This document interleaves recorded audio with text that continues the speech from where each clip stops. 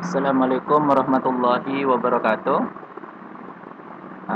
Kali ini saya akan menerangkan tentang konvolusi. Ini sebagai materi lanjutan dari fungsi pembangkit eksponensial.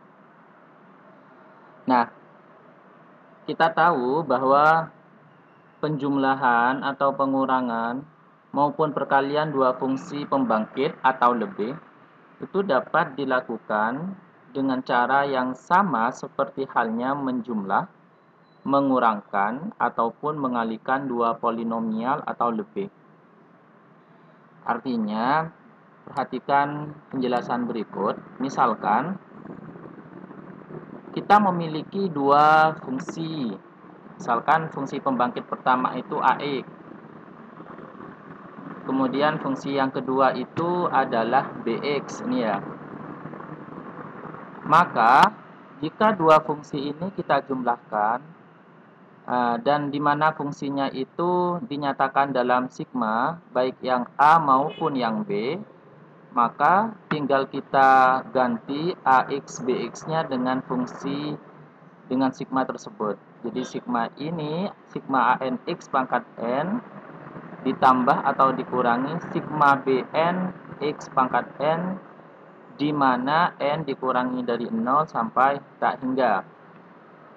Dengan begitu, untuk penjumlahan atau pengurangan, maka kita bisa menyatukan notasi dari sigmanya. Jadi sigma bisa kita tulis dalam satu sigma saja, maka menjadi sigma dalam kurung AN plus minus BN X pangkat N.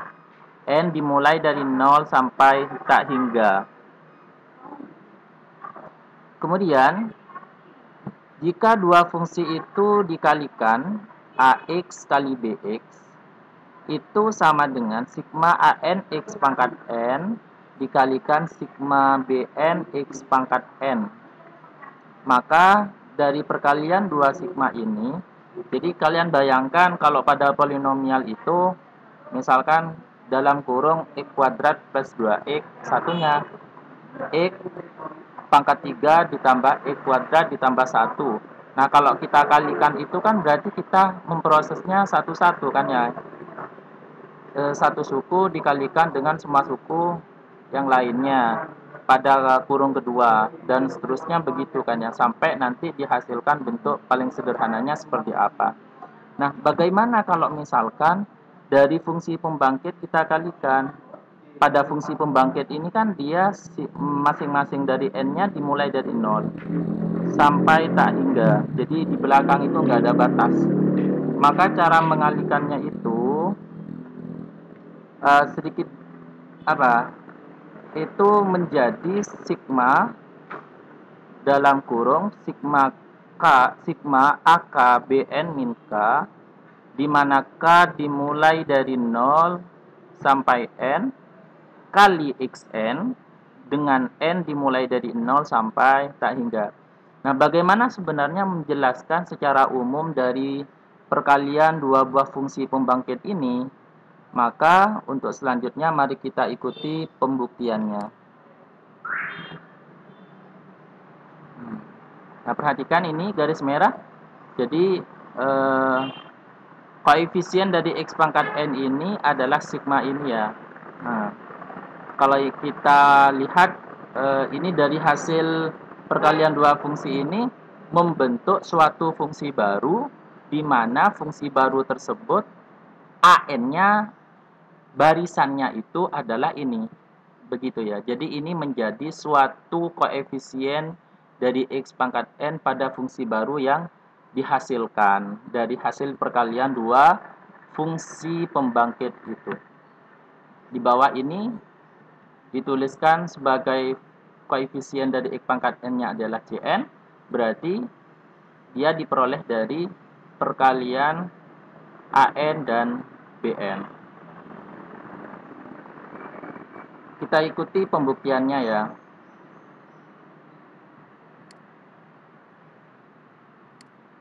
Oke. AX, jika sigmanya kita jalankan, maka akan sama dengan A0 plus A1X plus A2X kuadrat plus A3X pangkat 3 ditambah dan seterusnya. Pada saat dia di N, maka NX pangkat N tambah dan seterusnya. Kenapa ini dan seterusnya? Ya karena tadi itu batas atasnya kan tak hingga ya, maka itu berlanjut. Pada fungsi kedua Bx sama ketika kita nyatakan dalam deret tidak dalam sigma akan seperti ini kan ya. Kemudian apabila kita kalikan maka sama dengan, nah kalau kita mengalihkan polinomial kita akan mengalihkan satu bagian pada bagian kurung yang pertama itu dikalikan ke semuanya yang lain kan ya, begitu. Terus gantian suku kedua yang pertama ini dikalikan semuanya, suku ketiga dari yang ini kita kalikan pada yang BX ini semuanya dan seterusnya. Namun bisa kita tadi saya bilang waktu saya memisalkan dengan polinom itu kan pada akhirnya kita menyederhanakan kan ya, begitu. Maka bisa kita pahami seperti ini, sehingga langsung kita dapatkan bentuk sederhananya begitu ya dari hasil perkaliannya. A0, jadi saat kita kalikan dari dua fungsi ini maka hasilnya suku-suku yang tidak memuat variabel itu akan terjadi pada saat A0 kalikan B0 kan ya. Jadi kita memperoleh suku konstanta itu A0 B0 pada saat kita mengalihkan fungsi A dan B sehingga kita dapatkan suku yang memuat variabel X, maka koefisiennya itu terdiri dari apa saja gitu. Maka munculnya koefisien suku yang memuat variabel X itu akan kita dapati apabila pada baris yang pertama ini kita mengalihkan A1X kita kalikan dengan B0 dengan konstanta. Kemudian kita kalikan A0 dengan B1X. Jadi kemungkinannya supaya kita mendapatkan suku yang memuat variabel X memiliki koefisien A0 B1 ditambah A1 B0. Kemudian selanjutnya dari hasil perkalian ini juga kita dapati suatu suku yang memuat X kuadrat, di mana kita kelompokkan yang memuat suku X kuadrat itu ada A0, kita kalikan begini silangnya, pojok kali pojok bawah, pojok di atas kali dengan ini, maka akan memuat X kuadrat kan ya. Kemudian yang ini kali ini A1X kali B1X akan menjadi A1 B1X-nya jadi X kuadrat. Jadinya seperti ini. Kemudian A2 X kuadrat kita kalikan dengan pojok yang di sini. Kalau kita memperhatikan cara mengalihkan berarti kan tinggal silang aja kan ya. Yang depan paling kiri kalikan dengan yang bawah paling kanan begitu.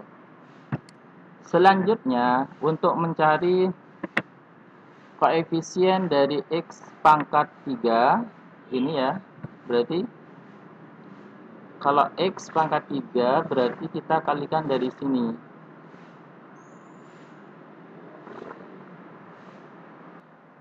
Begitu juga dengan suku ketiga, dengan suku yang memuat X pangkat 3. Jadi kalian perhatikan lagi dari sini sampai sini ya.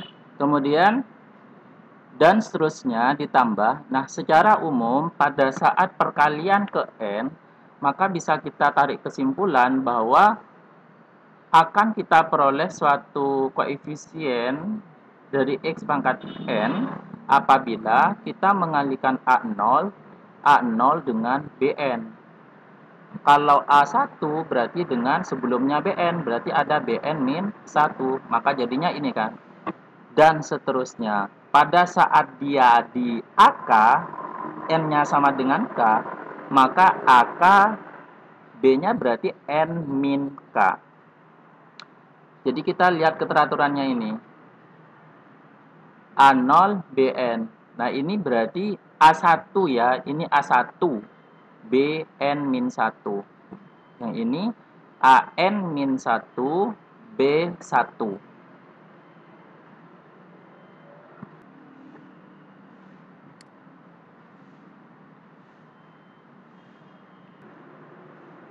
Nah, kemudian ditambah dan seterusnya. Jadi bisa kita peroleh suatu hasil perkalian dari dua fungsi pembangkit AN kali BN itu sama dengan, jadi bisa kita simpulkan bahwasannya koefisien dari X pangkat N untuk fungsi pertama yaitu AN dan koefisien dari X pangkat N untuk fungsi B Bn, jika kita kalikan maka akan kita peroleh suatu barisan baru di mana barisannya itu adalah koefisien dari X pangkat N ini. Ini secara umum ya. Jadi bisa kita nyatakan dalam sigma AK BN min K, di mana K dimulai dari 0 sampai N.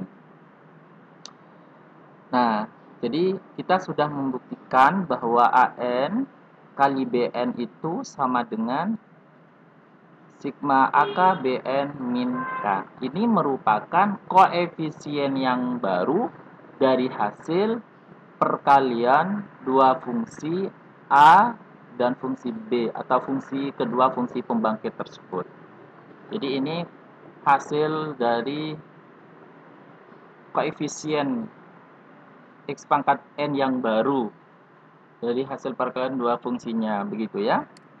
Nah, sehingga ini wajib kalian ingat. Jadi jika AN, BN ini kesimpulan secara umum adalah barisan-barisan bilangan real sedemikian hingga Cn sama dengan sigma AKBN min K, di mana K dimulai dari 0 sampai tak hingga, maka Cn itu dikatakan sebagai konvolusi dari AN dan BN. Jadi konvolusi itu perkalian dari barisan AN dan BN, gitu ya. Oke, ketemulah suatu barisan baru.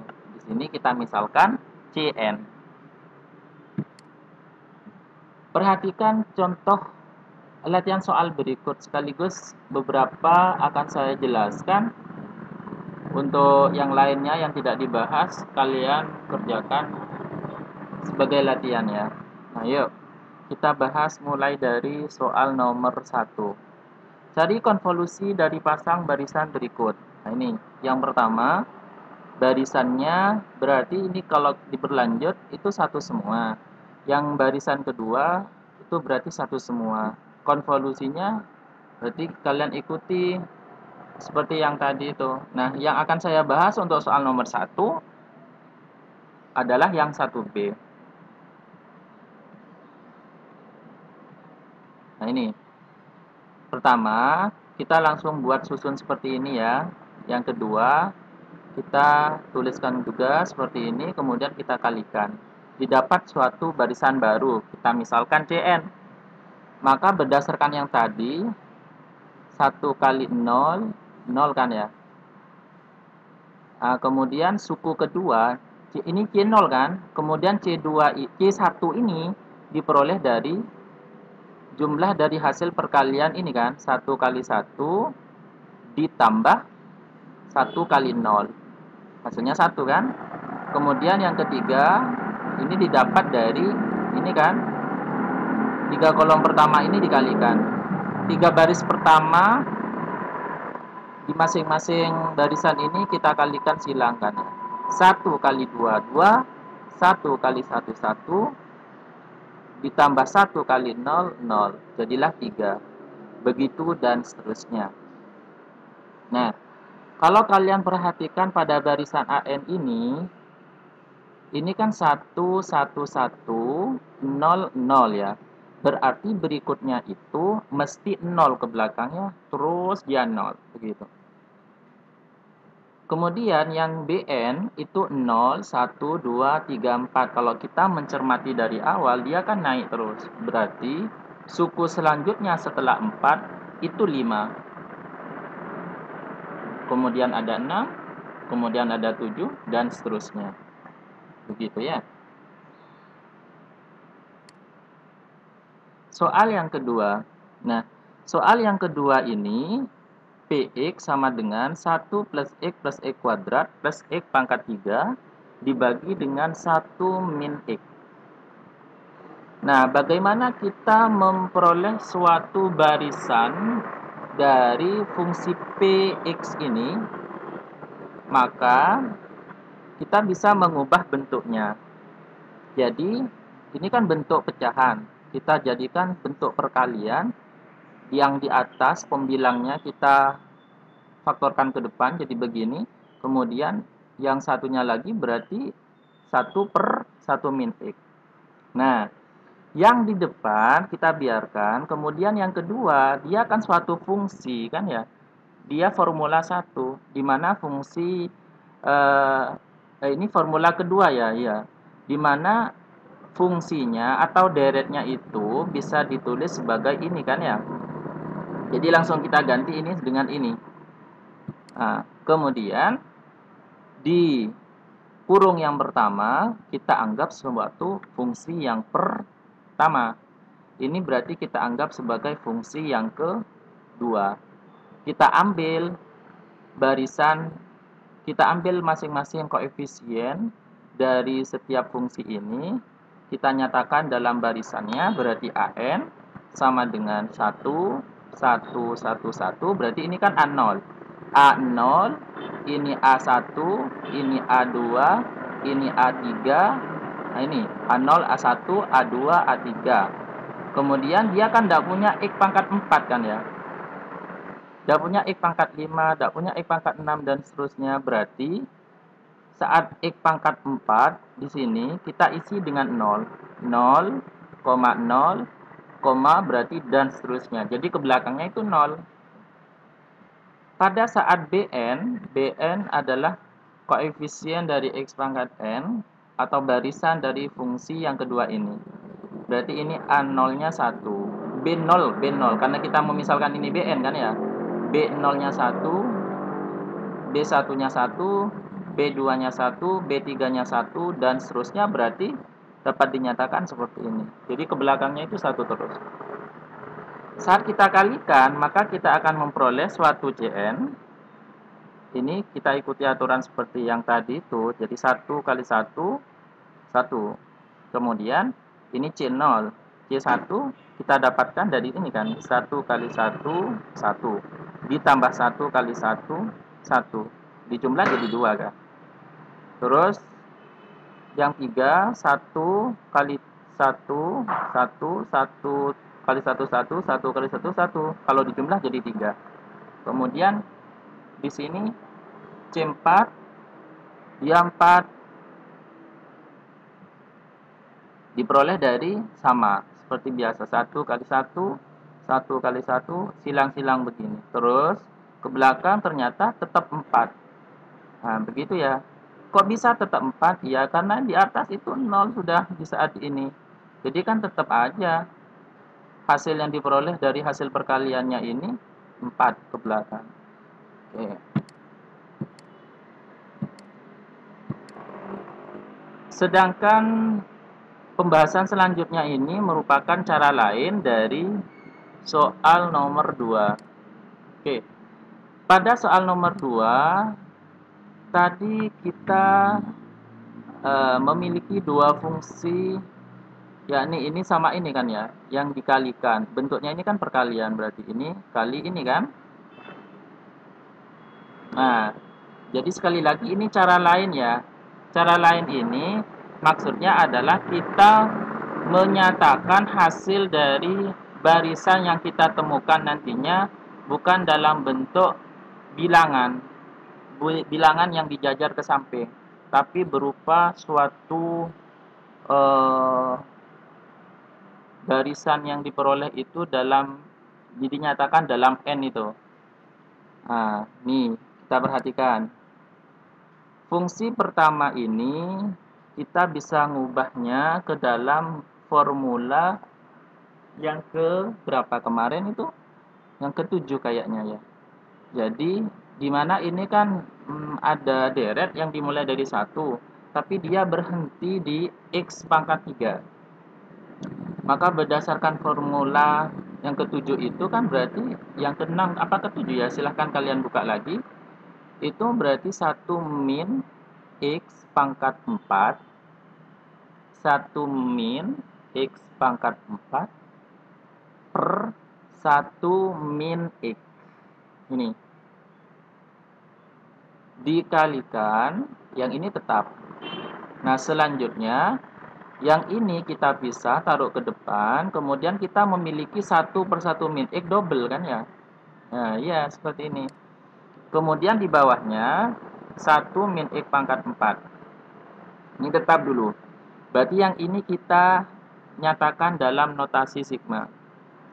Ini kita ubah ke dalam formula yang nomor berapa? Yang ada kombinasi itu 1/1 min X pangkat apa ini? Pangkat AK kan ya? Ada formula itu. Itu formula yang nomor 5 ya, kayaknya nomor 5.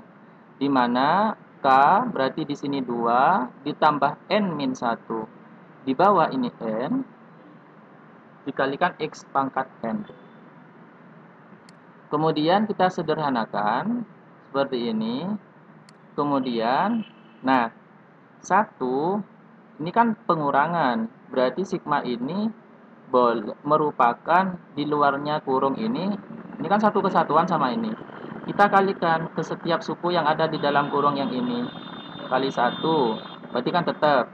Kalau kali ini, berarti jadi minnya ini kan operasinya. Berarti X pangkat 4 kali ini. Tulis seperti ini ya. Kemudian sama dengan sigma. Nah, ini biar tetap. Kemudian yang ini X pangkat 4 itu boleh masuk ke dalam. Jadi dikalikan sama X pangkat N. Akhirnya jadi N plus 4 pangkat dari X-nya ya. Selanjutnya, nah, karena kita butuh X pangkat N untuk menentukan koefisiennya, berarti di variabel X yang berpangkat bukan N, kita ubah dulu ke dalam X pangkat N. Berarti kalau di sini tetap, jadi kita ubah berarti yang ini. Jadi X pangkat N. Bagaimana caranya? Nah, kurangi saja setiap yang ada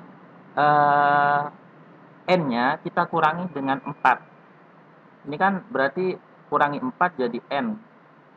Sedangkan di sini dikurangi 4, N min 4, berarti jadi min 4 plus 1, N min 3. Di sini ada N lagi, berarti dikurangi 4. Di sini kan ada N, berarti N min 4 sama dengan 0. Makanya jadi N sama dengan 4. Akhirnya, karena sudah sama-sama X pangkat N, maka bisa kita tarik kesimpulan bahwa koefisien dari hasil perkalian dua fungsi yang tadi itu kita dapatkan. Di sini saya misalkan AN. Karena ada 2 sigma dari X pangkat N-nya, dari sini ya, ini ada 2 sigma, maka kalau begitu nanti akan ada 2 batas nilai yang berbeda. AN itu akan bernilai N, kombinasi N dari N plus 1, pada saat N-nya itu dari 0 sampai 3. Kenapa begitu? Mari kita perhatikan dari baris terakhir ini. Ini kan N-nya dimulai dari 0. Kalau ini N-nya dari 4. Sedangkan ini kan pengurangan. Berarti kalau 4 itu mulainya ada pengurangannya, dikurangi ini. Sedangkan n sama dengan 0 itu kan ada n1, 2, 3, 4, 5 dan seterusnya. Berarti kalau n-nya dari 0 sampai 3 itu ambilnya yang ini. Maka ditulis seperti ini. Kalau n-nya sudah 4, berarti n lebih dari sama dengan 4. Maka saat n-nya 4 yang di sini itu ditulis lagi pakai ini, tapi perlu dikurangi sama pada saat n sama dengan 4 untuk suku yang ini gitu. Jadinya kombinasi n dari n plus 1 dikurangi n min 4, kombinasi n min 4 dari n min 3. Contoh yang ketiga. Pada contoh yang ketiga, px-nya sama dengan e pangkat 3x per 1 plus 5x. Maka langkah pertama, kita pecah jadi perkalian. Kemudian langkah yang ketiga, kita ubah setiap fungsi, ini kan fungsi, ini juga fungsi, ke formula yang sudah kita miliki itu. Kalau E berarti rumus pertama, di mana rumus pertama itu silakan kalian buka lagi, pangkatnya ini E pangkat sesuatu, berarti sesuatu pangkat N per N faktorial. Kemudian yang ini sigma, nah ini kan berbentuk formula yang kedua. 1 per 1 plus 5x itu kita tulis, kita arahkan ke formula yang kedua itu, berarti 1 per 1 min 5x. Berarti x-nya sesuai formula pertama itu adalah min 5x. Jadilah min 5x pangkat n. Kok formula pertama, formula kedua ya. Setelah itu kita pecah x pangkat n-nya dari masing-masing ini di dalam sigma ini ya. Jadi seperti ini.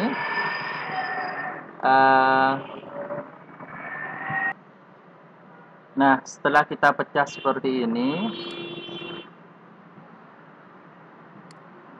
nah perhatikan yang ini itu kan menjadi AN kan ya. Misalkan kita ini anggap pada sigma yang pertama ini AN, pada sigma yang kedua ini BN.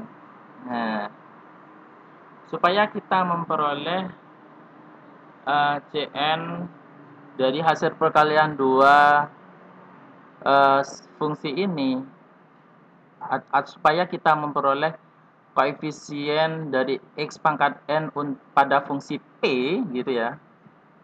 Nah, jadi caranya diginikan dulu gitu ya. Kemudian ingat ya tadi bahwa Cn itu merupakan sigma dari AK Bn min K. Jadi di AN berarti n-nya kita misalkan dengan K. Berarti nanti akan menjadi 3 pangkat K faktorial per K faktorial, sedangkan yang ini min 5 pangkat N min K. Jadi seperti ini kan ya. Jadi saat AN-nya kali BN itu kita dapatkan CN-nya, koefisien dari X pangkat N-nya ini kan ya. Nah, ini sigma, ini E pangkat N. Ini N dari 0 sampai tak hingga. Jadi fungsi P itu memiliki koefisien yang ini ya. Dari sini ke sini nih. Nah, berbeda dengan soal nomor 1 tadi. Kalau soal nomor 1 tadi kan langsung diketahui barisannya itu dalam berjejer ke samping kan ya, dalam bilangan. Nah, kalau ini kan masih dalam N gitu ya. Nah, ada panah bahwa di situ diterangkan dia itu FPB gitu. Nah, soal nomor 3 itu kan di pertanyaannya adalah jika P nomor 3 itu jika P sama dengan E pangkat 3x per 1 plus 5x adalah FPE. Jadi fungsi P itu FPE katanya. Maka karena F ini FPE, Sedangkan ciri khas dari FPE itu kemarin pada saat kita belajar FPE, X pangkat N itu per N faktorial kan ya. Nah, kalau kita melihat dari bentuk ini, dia kan X pangkat N-nya belum per N faktorial. Berarti kalau begitu, sampai di baris ini, dari atas sampai sini, ini kita masih menemukan FPB. Jadi untuk menemukan FPE, kalau begitu berarti kita harus melalui bentuk FPB dulu ke X pangkat N. Jika mau dinyatakan FPE-nya berarti kita tinggal menulis kembali, namun sama caranya seperti kemarin. Kita bagi di posisi X pangkat N dengan N faktorial. Tapi jangan lupa di depannya kita imbangi dengan N faktorial. Maka kita dapatkan FPE. Jadi FPE sudah sesuai sesama apa yang diminta oleh soal kan ya. Terakhir berarti koefisiennya di soal itu AN-nya. Nah, di sini saya tulis CN, nggak apa-apa lah. CN, kita anggap CN. Berarti kita ambil depannya ini. Kan barisan itu AN itu di depannya X pangkat N per N faktorial kan kalau pada FPE. Ya, berarti dari sini sampai sini. Inilah hasil barisan yang kita peroleh.